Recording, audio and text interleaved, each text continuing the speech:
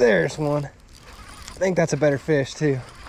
But I doubt that they see many of those size 60 size whopper ploppers. Got it on the glide bait. That was sick. Tiny glide river largie. Oh God, guys. River fish are no joke, y'all. That's a good river largie there, guys.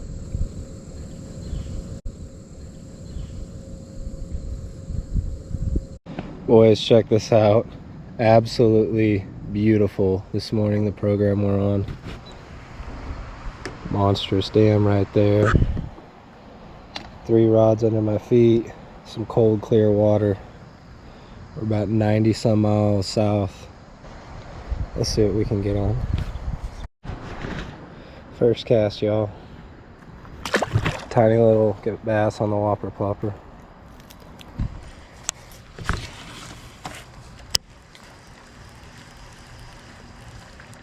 Another one. Another one. 2 casts in a row, y'all. About the same size though. Little pipsqueaks. Absolute beauty though, guys. Beautiful area here.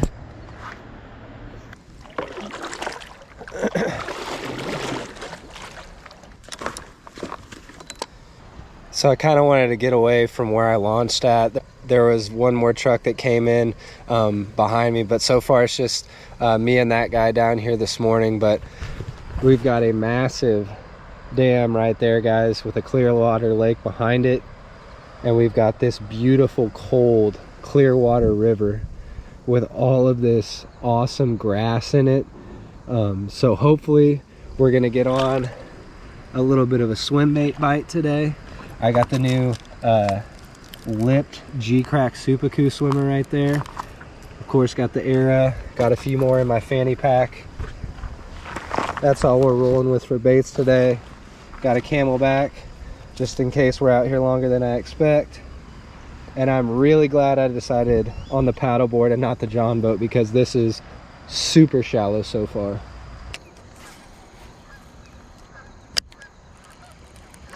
Oh, might be a little better one, guys. Another pint-sized largie that crushed it. Got the Whopper Plopper 60 rolling.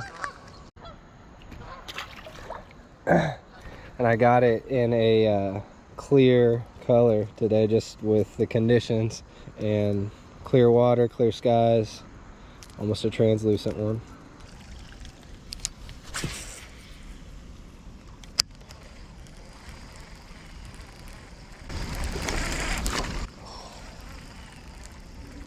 Dang, that was an insane wake, guys.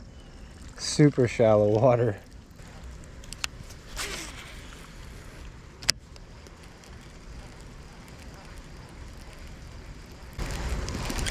There's one. I think that's a better fish too. Is that a better one? Feels like it, yep. Solid, solid, solid, solid fish. Dude, that's kind of big. What? He's got scoliosis, I think, but he's got a huge head. Yeah. Big head with a stunted tail from scoliosis, but golly. That is a strange looking bass right there. Y'all, I'm sure these fish see a lot of conventional size whopper ploppers, but I doubt that they see many of those size 60 size whopper ploppers. And those things, like you've seen from me in the past, are just lethal in bodies of water that have current. And this river is clear and it has plenty of current. It's been shallow so far, but plenty of current.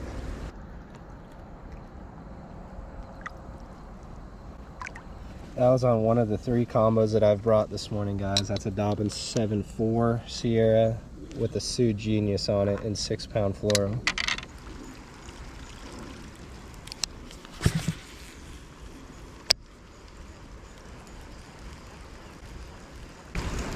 Oh, another one nabbed it. Feels decent. Yep, definitely bigger than the first 2 we caught. A little bit longer. There we go. Man, he sneak attacked it. Just came up from right beside it and sideswiped it. Sneak attack with the side swipe. There's largie number 4. Oh, look at these beautiful bluff walls, and you can just hear spring water trickling out of the sides of them. So pretty compared to where we're used to fishing.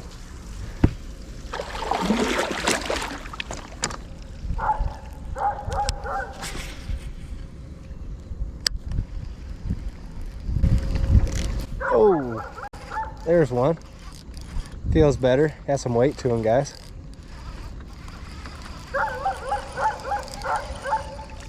They don't got much place to go but right at you, because it's still only about a foot to 2 feet deep where I'm fishing. There is another pretty river largemouth this morning as the sun's coming up.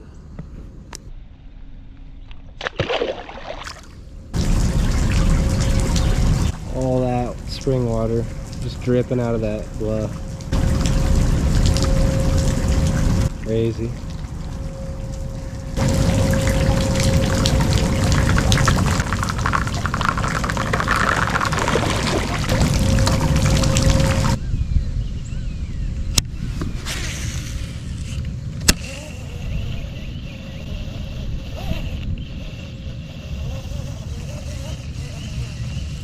Got it on the glide bait. That was sick. Watched him follow it. It's a decent largie. Probably the second or third biggest we've caught. So there's little bits of grass all through the middle of the river, and even though it's like a foot deep, they're still hiding under it like they would, you know, in other bodies of water. I knew this water was definitely clear enough for the tiny glide, and that was fun. Tiny glide river largie.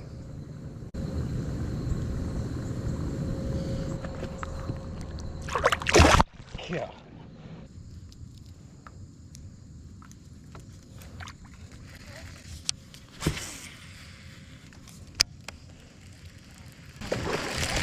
Oh God, guys.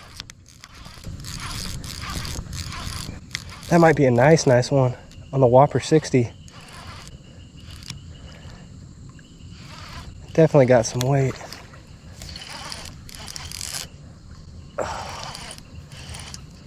Oh yeah, that's a stud.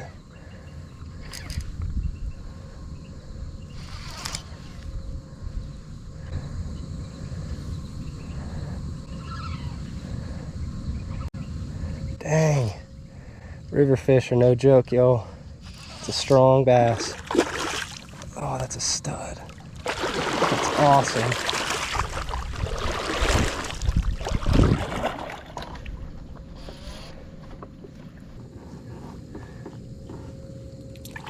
Got it.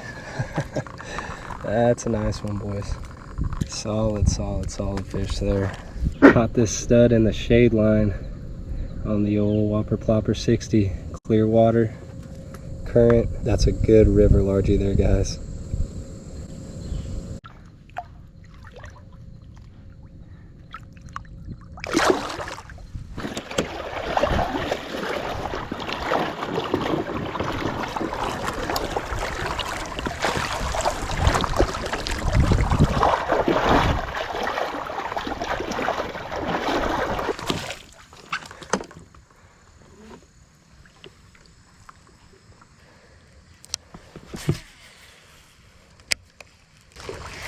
Oh guys, I knew there would be one there where that creek came in. Not very big, but there's a creek that comes in right here, and then there's strong current that meets it. There might be a few more, so I'm gonna stay. Creek's seen better days. It's staying near dry. I'm gonna try not to blow it out. We're gonna park it right here, maybe. I'll let that little bass go. There he goes.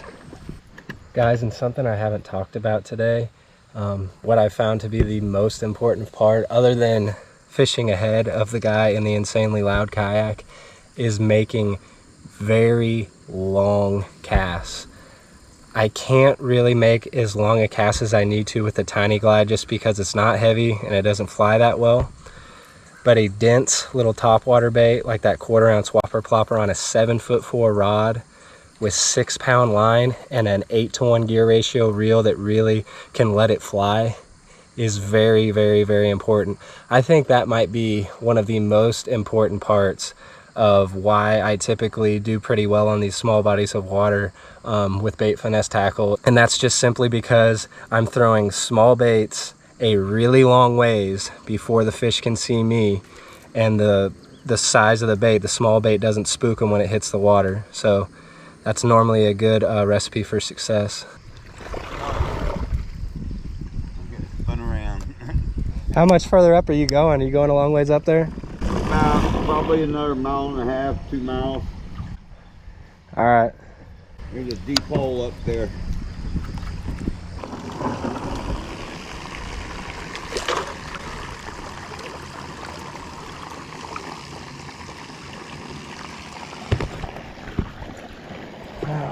Guys, so I talked to the fella in the kayak. He says that there's a deeper hole up here where it's about 6 to 7 feet deep for a while, so I think it's going to be worth going up just a little bit further. It's going to make for a pretty ugly paddle back though into the current. But honestly, guys, that guy's he's a pretty nice old boy, and I just get frustrated, you know, sometimes when stuff doesn't go exactly the way I want it to, but he's out here having fun too.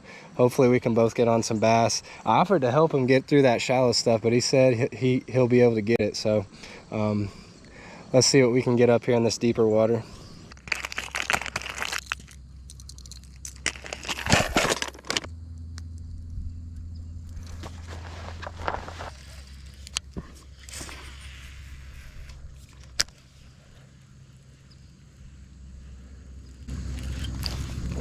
Guys, fish on the nugget. Oh, dang it, he came off. So for that exact reason why I went to the whopper, because it casts further, I went to the 4-inch nugget so I can bomb it out there further on the 7'4" rod.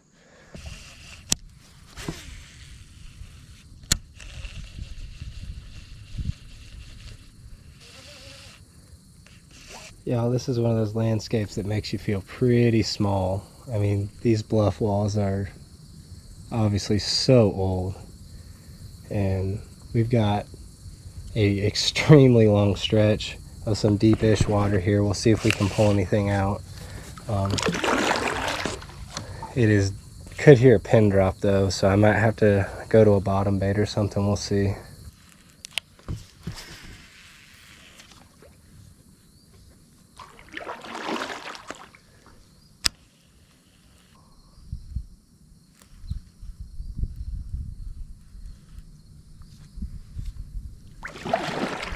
Guys, I just had like a 4-pounder follow that nugget all the way in.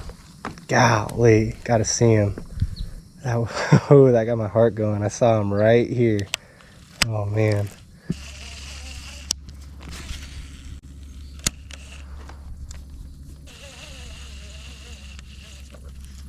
Fish, guys. Might be a good bass on the chatterbait. Oh man, freaking drum. That's the first non-bass we've caught today. My nemesis and friend, the little drum. Start back. Yeah, you were right. I had one follow a swim bait that was pretty dang big, and I spooked one and it was also pretty dang big. Yeah, there's some nice ones in here. They're just kind of skittish today, I guess. I don't know. Yeah. I mean, have you caught a real big one out of here? 8.5 pounds. Yeah, that's big. That's cool. Was it in the spring? Huh? Was it in the spring? Yeah. Yeah. I beat everyone on that year. So you're saying that was in the 90s and you were fishing like baits under 3 inches? Yes. When everyone else was throwing 10 and 12-inch worms, which were the go-to, big baits catch big fish. And you were throwing the 3-inch stuff and you won. I won. Would you normally have a pretty good total? Like if even throwing the smaller ones? Yes. Like up around 20 or? Oh, my best was 5 fish, and every one was over 7 pounds off a 3-inch logo. That's awesome. That was on, what river is that? Fed into Chesapeake Bay. I'm trying to remember the name of that river. What's your name? Mark Alexander. Mark Most Alexander. people call me Night Wolf if you want to look me up. Right on. I have a little bit of YouTube channel. It ain't much, and I ain't putting out any content in about 2 months. But Yeah, dude. My name's Clinton.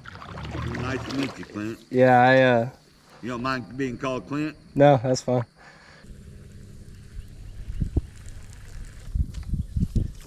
Y'all, so update. I saw like a 2 or 3 pounder on the rocks right here. When I saw that smaller one, I kept my eyes down, and here comes this big tugboat looking, it had to have been 6 to 8 pound bass, just tailing him through there. And I had seen another big one up there. I'm sure there's multiple really big ones in here. Mark said the biggest he's caught out of here was 8, and it just looks like an area where there would be big bass. So definitely a spot that's going to be worth coming back to. But it's kind of like high noon right now, and the fish are just kind of wandering around, not really wanting to eat. So I think I'm gonna tie on a bottom bait, fish this bluff line on my way back, and then just make the paddle back and meet y'all back at the truck. Pretty sure there might be a jet boat coming down the river right now, guys.